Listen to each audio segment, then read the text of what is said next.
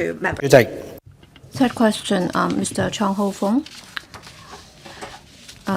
Mr. Deputy President, there are views pointing out that telecommunications and online fraud cases have been rampant in Hong Kong in recent years, with fraudulent SMS messages and bogus advertisements on social media platforms proliferating over a long period of time, and the modus operandi of fraudsters are ever-changing. Many members of the public have suffered substantial financial losses as a result, and often face costly and complicated civil proceedings when pursuing the relevant compensation, making it difficult for them to be successful in their claims. In this connection, will the government inform this council? 1. Whether it will study the formulation of a unified and streamlined civil asset recovery procedure for telecommunications and online fraud cases so as to reduce the cost for victims in pursuing compensation.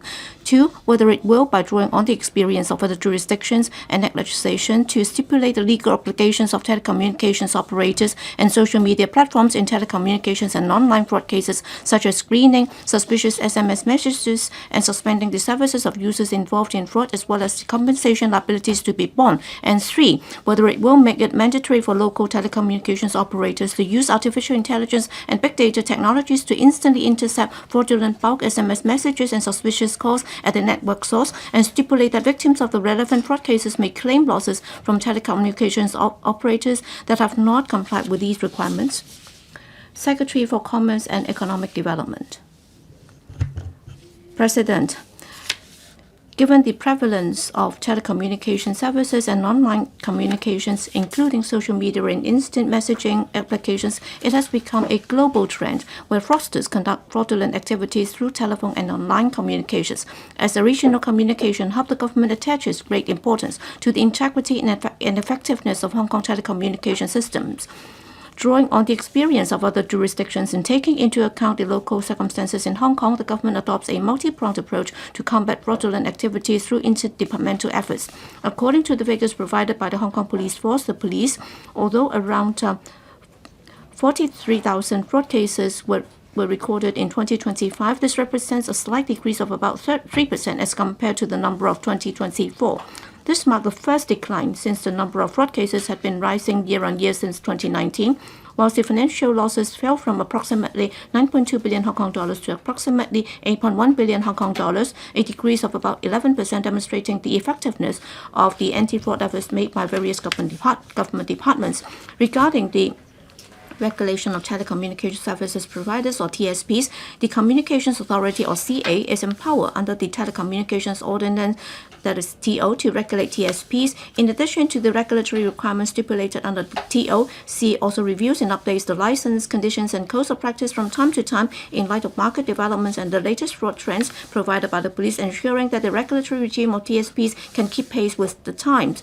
TSPs are required to comply with the relevant statutory requirements, license conditions, and codes of practice. CA may impose penalties pursuant to the TO in the event of any breach of license conditions by TSPs. In response to the question raised by Mr. Chong Ho-fung, and in consultation with the Security Bureau, the Police, the Office of the Communications Authority, the Judiciary, the consolidated reply is as follows. First, regarding blocking suspicious calls and websites at source, CA, pursuant to the TO, added provisions to the licenses of TSPs in 2022 to clearly require TSPs must promptly block or suspend telephone services and websites suspected of being involved in fraudulent activities in accordance with requests from law enforcement agencies. In this regard, the police and TSPs have established a mechanism, as of end of May this year, TSPs have blocked or suspended more than 110,000 websites and more than 14,000 phone numbers based on information provided by the police.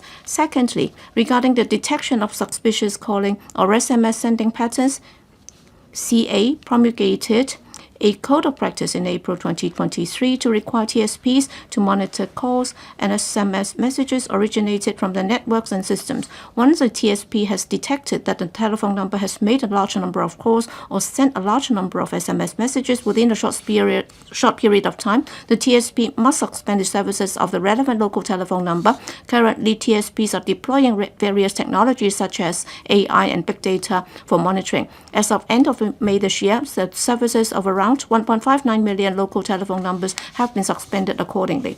Thirdly, to minimize the losses incurred by victims, The police, together with the Hong Kong Monetary Authority and the banking industry, have launched a number of joint anti-fraud measures, including the Upstream Scam Intervention Scheme in May 2023 to proactively identify targeted scam victims and persuade them to stop transferring money to scammers. From the implementation of the scheme to March 2026, the police successfully prevented 7,987 fraud cases, averting losses of over 780 million Hong Kong dollars. The police also launched new features for Scam Meter in October 2025, including automatic user database updates and expanded reporting categories covering SMS and instant messaging applications. New AI technology was also introduced to analyze suspicious website links and web page screenshots reported by the public to detect impersonation of banks, couriers, investment platforms, etc. Once confirmed as malicious, these websites are instantly added to the database of Scam Meter to block access for raw users.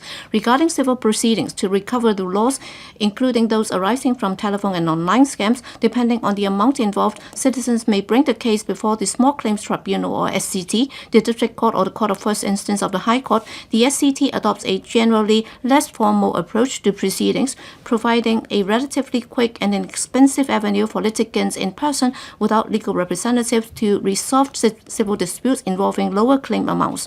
The judiciary has always been proactive in expediting court proceedings, and most civil proceedings at various court levels have been meeting the respective target of waiting time. The arrangement of requiring commercial entities such as TSPs and banks in their capacity as service providers to compensate fraud victims, i.e. the shared liability compensation, is not common in other jurisdictions. Such arrangement involves various complex issues, including how to determine liability for losses arising from the fraud, whether it would reduce public vigilance against fraud, and whether it would hinder normal business operations, etc. The compensation process may also be very lengthy, and the eligibility criteria for compensation are not straightforward. For example, compensation claims must undergo thorough investigation, and if a TSP can demonstrate that it has fulfilled its customer due diligence obligations, it would not be required to compensate the fraud victims. Moreover, there are currently no concrete figures demonstrating the effectiveness of such share liability compensation arrangement. In fact, as reflected in the statistics that I just shared, we consider that the concerted efforts of various departments and TSPs to combat fraud through the collaboration amongst the government, business sector, and the public have been effective. To a certain extent, the government will continue to closely monitor fraud trends and tactics, draw on experience of other jurisdictions, and strengthen measures to combat telephone and online scams with a view to safeguarding public interest. Thank you. Mr. Chong Ho-fung. President, right now, well, if banks violate the anti-money laundering regulatory regime, if there is any loophole that has been detected, then the Monetary Authority would take the initiative to impose penalty. Last year, 3 banks have been penalized, and a total of $16.2 million have been imposed on them. So why can't that be done on TSPs? For example, we have the telecommunications fraud law, and they can also be fined $5 million. And in Singapore, they've also got this share liability scheme. And TSPs, if they have committed negligence, then they would also have to take up compensation responsibility, or else TSPs do not have any responsibility, and they would not be prepared to do anything about it, and they would also not be investigating whether or not the messaging have contained any fraudulent messages, and they would just pretend that they don't know, and that would only aggravate the situation. Who is to answer this question? Secretary for Commerce and Economic Development. Thank you, Mr. Chong, for your question. Well, as I just said, under the share liability scheme, well, not many jurisdictions have adopted that approach, and of course, we do have jurisdictions adopting that approach, but then that would be rather complex because many issues will be involved. Number one, the amount of loss in terms of the fraudulent SMS and also internet scams might involve different parties, and therefore we will have to delineate very clearly who should be held responsible and to what extent they should be held responsible. In fact, that would also have a lot to do with telecommunication systems. We will also have to make sure that whether or not that would lower the vigilance on the part of the public. And next, our business environment is very open, and if we were to require them to exercise due diligence obligations, and if they still have to be fined, and if they also have to undergo such compensation procedures, then that would also dampen the confidence in investing in Hong Kong. And also, for TSPs managing fraudulent SMS and so on, well, we have already updated the code of practice in 2025, and TSPs have also been providing filtering services for telephone messages, and also banks and also the HKMA have also done something to prevent the transfer of money through such scams. So that has already taken some effect, and we have managed to prevent a lot of the fraud cases, but then we do not rule out the possibility of looking into further means to prevent such scams in order to avert losses of the public. Next, Mr. Alan Chan. Thank you, Mr. Deputy.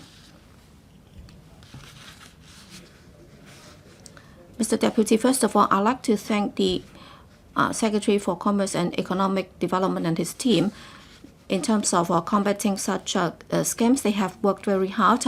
You have got this real name registration program for SIM cards, and you're also going to propose further amendments to update the legislation. That shows that you have the determination to protect the public, and some $1.85 billion have been involved in such scam cases. And also it shows that for digital fraud, the per capita loss has already reached some $48,000.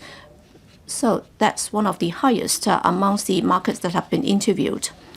Well, given the fact that the trends are ever changing, and there is also a lot of room for improvement in this area, I'd like to ask a follow-up question with regard to the use of AI to intercept such scams, and also the server apps.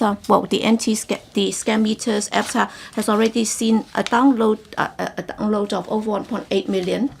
But then there are still inquiries about this, and a particular TSP in Hong Kong has already launched this at source internet identification website so that it would be able to identify fraudulent systems by means of AI, and therefore they have been able to intercept the website at source, and the users do not have to install any apps. That would also be good for the elders, so that they would also be able to receive warning messages right after they have received such short messages. So for TSPs, would they be encouraged to use this kind of technology for their websites? Yes, Secretary for Commerce and Economic Development. Thank you. As I said, in response to other members' questions, the CA and also the police, well, the ASEAN government as a whole would like to adopt a multi-pronged approach in preventing such scams. But then in preventing such fraud cases, we've been reviewing the legislation from time to time, and we'll be working with the TSP, making use of state-of-the-art technology, including big data, to help prevent such from happening. So we'll be working with TSPs so that we can intercept such scam calls at the early stage, instead of allowing them to reach the end users before they are intercepted. But then that would also take a lot of efforts to work with the TSPs. But then we would also like to call upon members of the public to make use of some downloadable apps or programs to help them intercept such spam calls. They should also not take such calls.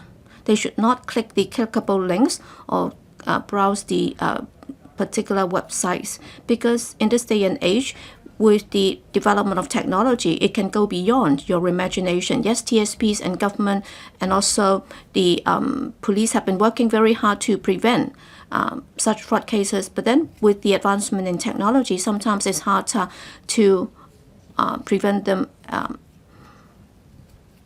And therefore, members of the public will also have to be mentally prepared and be vigilant against such. We have also done a lot of training in the community.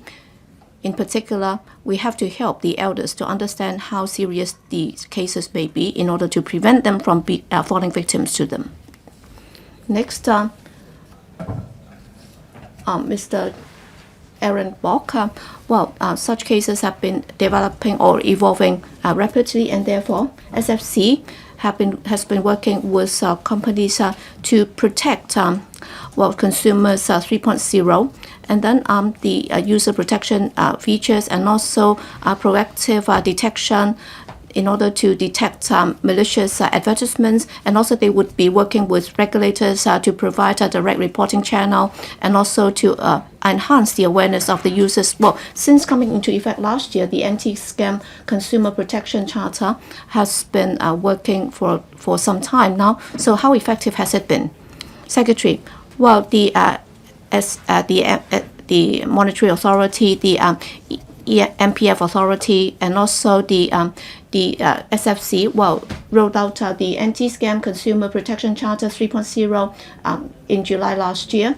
And Google, Meta, Microsoft, WeChat, and Microsoft and other big techs have joined the program. So they would take the initiative to detect such as scams, and they would also try to tackle the problem on social media platforms, and they would also encourage reporting in order to help verify the authenticity of such platforms and websites in order to prevent such crimes from happening. And also under the Charter 3.0, OFCA would also support the telecommunications sector and also the global communication sector, and the HGC and also other TSPs have also taken part in that program to make sure that financial scams can also be reported through the relevant channels. But then we do not have any figures with regard to the effectiveness of the introduction of the charter. Maybe after the meeting, we can also provide the data to members. Yes, Ms. Carmen can. Thank you, Mr. Deputy. Yes, the Monetary Authority that they would be introducing law so that for the data cut, instead of procuring 10 a day, they would also be further lowering that limit. In fact, for the number of visits that can be made on a daily basis, there is no distinction between the users and also the visitors, because sometimes visitors can also buy such cards, and the number could also be alarming. And therefore, would you be able to distinguish between a local resident and also a visitor? Why do they have to buy so many cards from a single TSP or from multiple TSPs? In fact, from the records for visitors buying such cards, the number is not that great, and therefore we don't want to do something to impose a limit on the number of SIM cards that they can buy, and we don't want to affect the impression on the visitors, because they would also have to go through this verification process, because when you buy a SIM card, the TSP would also have to take a series of measures to verify the status of the visitor, and if they are not able to meet the requirements, then the SIM card would also be suspended. And therefore we don't think that we have to limit the number of SIM cards that any overseas visitors or travelers can buy in Hong Kong. They can register for such cards. For the time being, we don't see that many of these fraud cases have been committed by visitors to Hong Kong.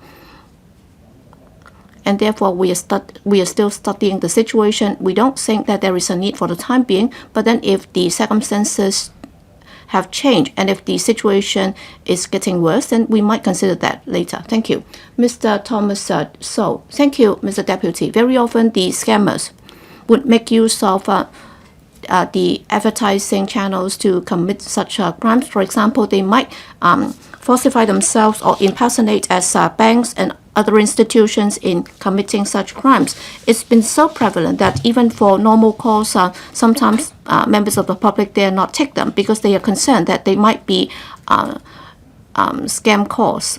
So, making reference to experience elsewhere, they have taken a lot of measures to tackle this problem. So, TSPs, for example, in terms of displaying caller, in terms of caller displays, well, they can also distinguish between normal advertising calls, so that there can also be a display that these have been verified, or this is non-verified advertising calls, so that members of the public would be able to tell immediately whether or not this is a spam call or not, and then they can choose whether or not they will take the calls.